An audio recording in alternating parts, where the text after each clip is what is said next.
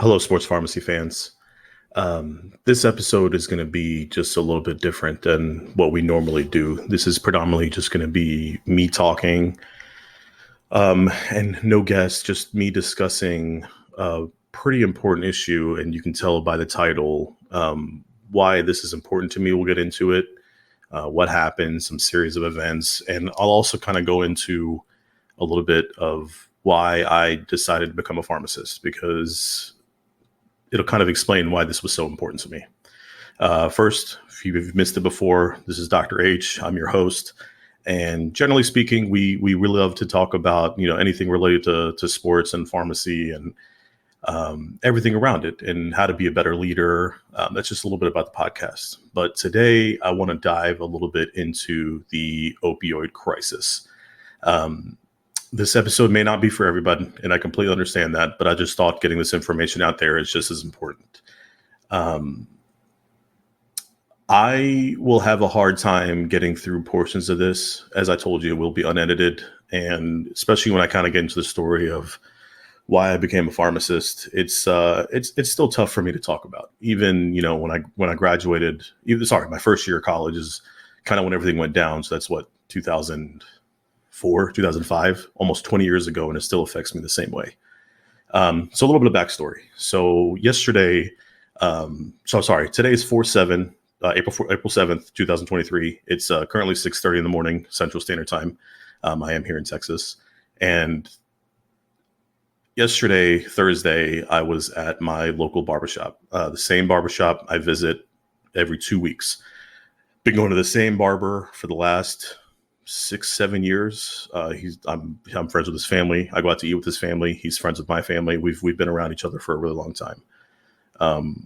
I was there, normal day, getting my hair cut. His brother-in-law happens to be a barber in the same shop at the chair next to him.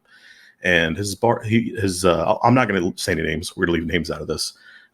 He was cutting a gentleman's hair, and I heard my barber mention something about him being a local police officer. And it's in a city here in the Texas area that has gotten some bad rep recently because of some drug overdoses.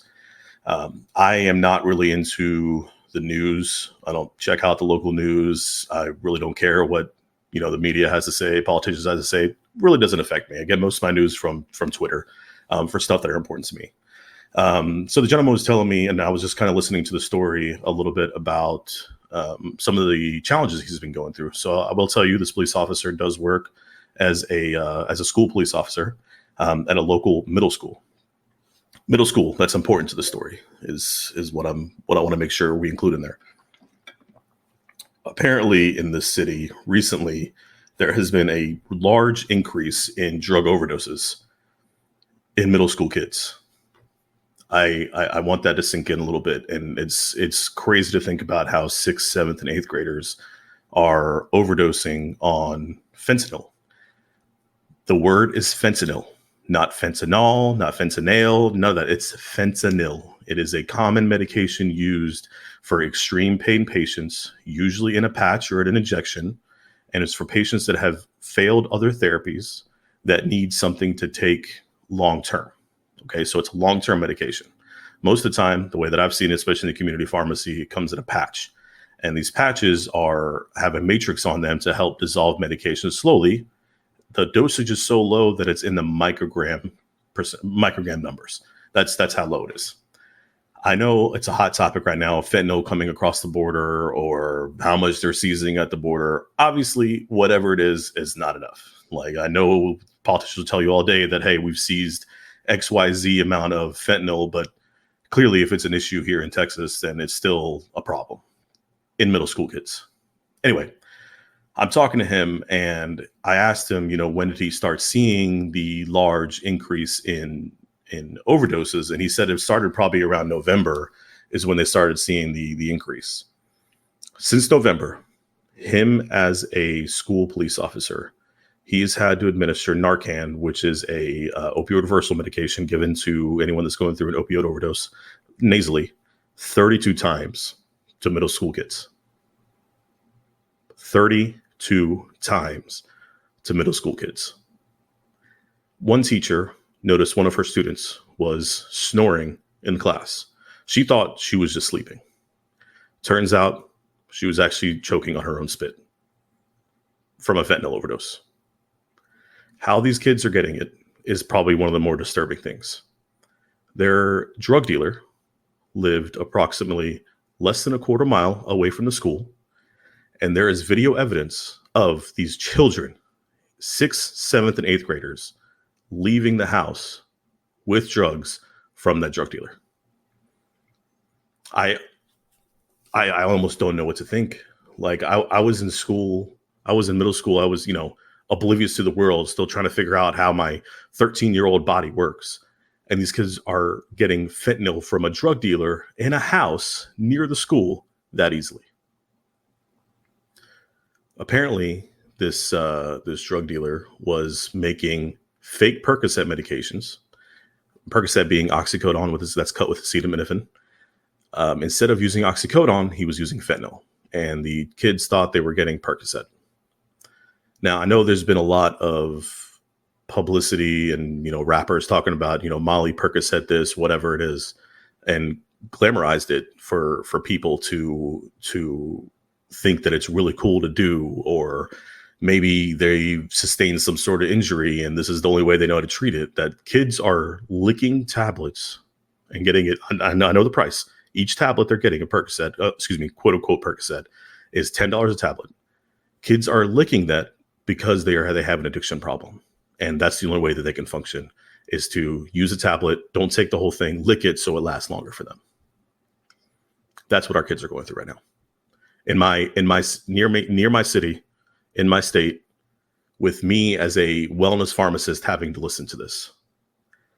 And there's only so much that we can do to educate, nurses, teachers, police officers on the use of Narcan, Narcan nasal spray, without it having, ramifications, right? So one of the things we'll talk about, with solutions, is how much education is coming to our resource officers, or coming to our guidance counselors, or coming to nurses within the school. Is how much are we educating them on what's really going on? Moving forward. So the officer was telling me a little bit more about, just some stories that he's had to deal with. And that Narcan saved that little girl's life that was allegedly snoring in the back of her class, because they were able to administer it. But she was dead for 6 minutes. 6 minutes that a 8th grader was dead due to a fentanyl overdose. In a school, in the classroom, in the middle of class. I don't know how this could happen. That drug dealer, they caught him. He had 90,000 tablets that he made himself. And I can tell you, as a compounding pharmacist, it is very difficult to make tablets. We would much rather make capsules, because all you got to do is just fill the capsule, move on. With the tablet, you have to press it, you have to seal it, it has to be cooked. It's a whole process that people have to go through. And this guy who, I'm not going to speculate on the type of person that he is, who probably, doesn't have the college education, the education that we pharmacists have, none of that, was able to make it look like a Percocet tablet. That's just mind boggling to me, is that how much work you go into to make it look like a Percocet tablet, but instead you're using fentanyl. And back when I was in school, fentanyl was super expensive, very difficult to find. Like, you really only found it in ICUs when patients are, going through, their sets of pain with whatever trauma they had to go through, and select pharmacies. I've worked at many pharmacies my entire life, and there's been maybe a handful that a fentanyl is actually carried in that pharmacy. That's how rare it was. And I told you, we were talking about doing microgram dosing. Do I think a drug dealer is able to dose things using micrograms? Micrograms, that's 1,000th of a gram. That's bizarre to me. And I'm going to trust him that he has a weighing scale that's been certified, that he's able to make these tablets? No, it's happening in our neighborhoods, guys.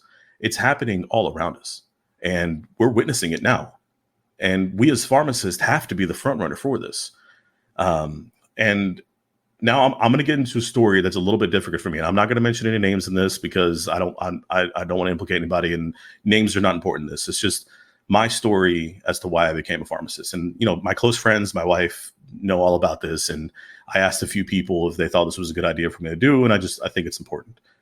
My first year of college, I was at UNC Greensboro, and I was still trying to figure out what it is I wanted to do with my life.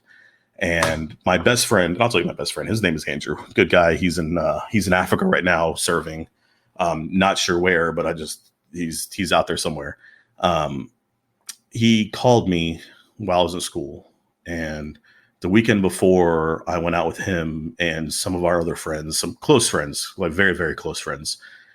We went out, just normal crazy stuff, going to Waffle House at 2 o'clock in the morning, 3 o'clock in the morning. And I was just out there enjoying our life, being cool, man. That's what it was all about back then. And we had one of our friends who was with us, and I really didn't know what to look for in these situations, but Andrew called me on that Monday at school. I remember I was walking in the quad. I was actually going to my psychology class, and he called me and told me that one of the friends that were with us that night overdosed on opioid medication. He comes from a really good family. His younger brother is still one of my best friends that I keep up with, and I had to hear from Andrew about how he was in the hospital because of a drug overdose, and he was unconscious. And that day, I remember I left school, met up with Andrew. We went to the hospital, and I saw him there, and I couldn't even speak the words. I mean, 2 days before, we were sitting at a Waffle House in Greensboro, North Carolina, just chilling, man, like just being bros. Like that's all we used to do. And to see him like that, and see his family, and see everything around him. And this kid was like a high school athlete, a star in high school. Like, he was so cool. He wouldn't even talk to me in high school, man. That's how cool he was. And he was a good guy. And a day or two later, he passed away from an opioid overdose. That shook me. That messed me up, man. I didn't know what to think. I didn't know anything about it. I knew that like drugs are bad from, all the dare stuff we used to do back in the day. And I had to listen and see his family go through that. And even at the funeral, his younger brother, who I said is like one of my really good friends, he sang a song, man, and played the piano in front of everyone in the funeral. That was just heartwarming, man. I remember it vividly. I remember standing there listening to him and seeing the pain in him and his sister and his mom and dad. And I remember how much that affected me. This is not even a family member of mine. This is just a really good friend. I can't imagine a parent hearing about how their child overdosed on pain medication. I can't fathom that. And after what happened with Adam, I knew for me that I had to do something for my career around, drugs. And I thought maybe that was, working for the DEA or, something like that. It wasn't until that my friend Bennett, who was going through the curriculum with me, I knew I was a biochemistry major at the time, and who was going through the curriculum with me, that he introduced me to pharmacy and got me a job in my first pharmacy. And I went from there. And even in pharmacy school, I specialized in drugs of dependence. I took courses outside of the curriculum at VCU to understand how, these medications work. I volunteered at the DEA, at the police office, with police stations, drug take back programs. I currently give high school talks now to tell patients and parents and students what to look for in an opioid crisis if you see a patient that's been, dependent on a pain medication. And I love doing that. I love teaching parents how to be safe, how to show how to improve patient quality, and making sure they're well educated around both the use of Narcan, and what to look for in their kids if they're starting to see signs of an opioid addiction. This hit close to our sports pharmacy team because, a lot of these kids are getting injured, and doctors are putting them on pain medications, which they rightly should. I am all for the safe use of pain medication because pain sucks, man. You can see what it does to people, but there has to be an education that comes with it, or tighter restrictions around, patients being able to get pain medication. And, Texas, they've done a really good job with different checks that we do to make sure that patients aren't overusing the medication, but it's still people are going around it.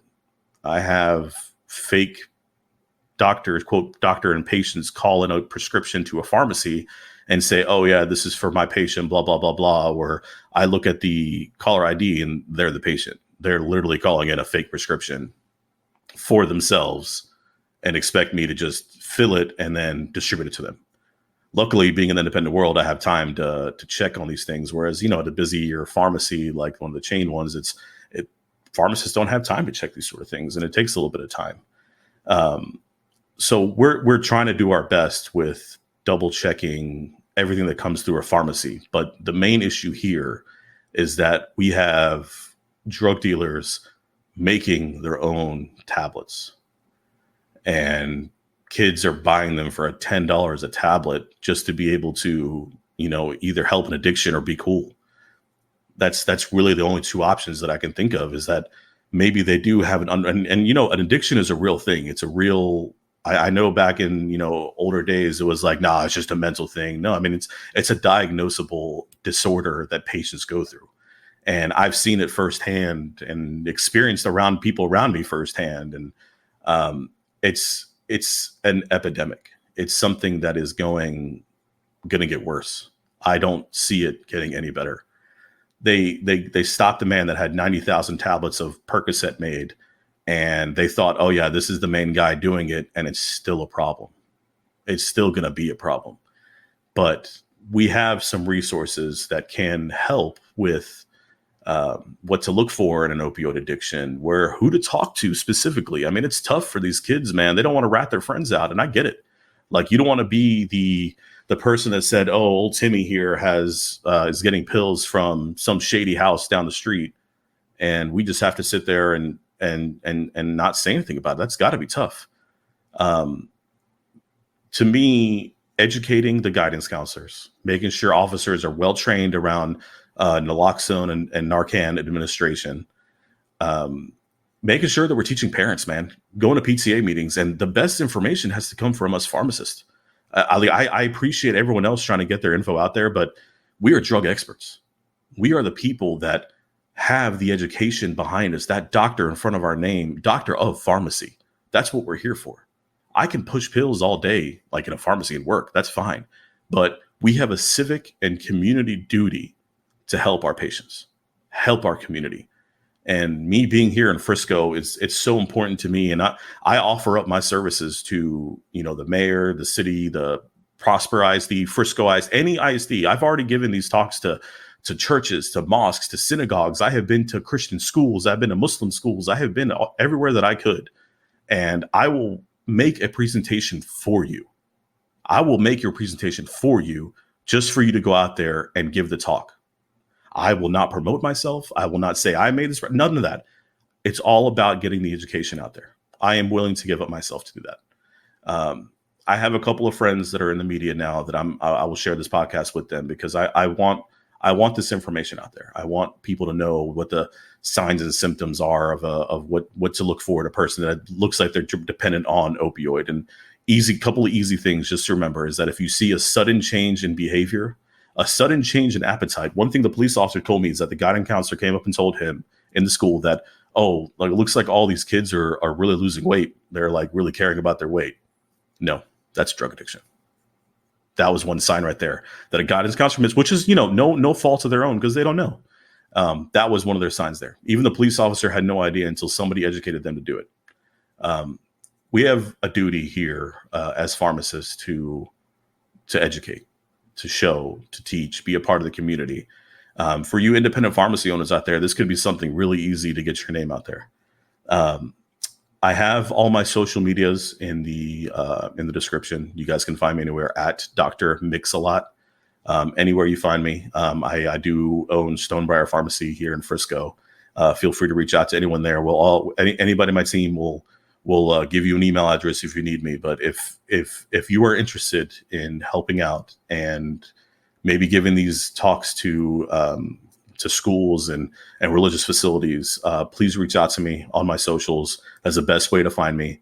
I really appreciate y'all's time with this. And I know it was a little bit different, but I really just had to get this information out there.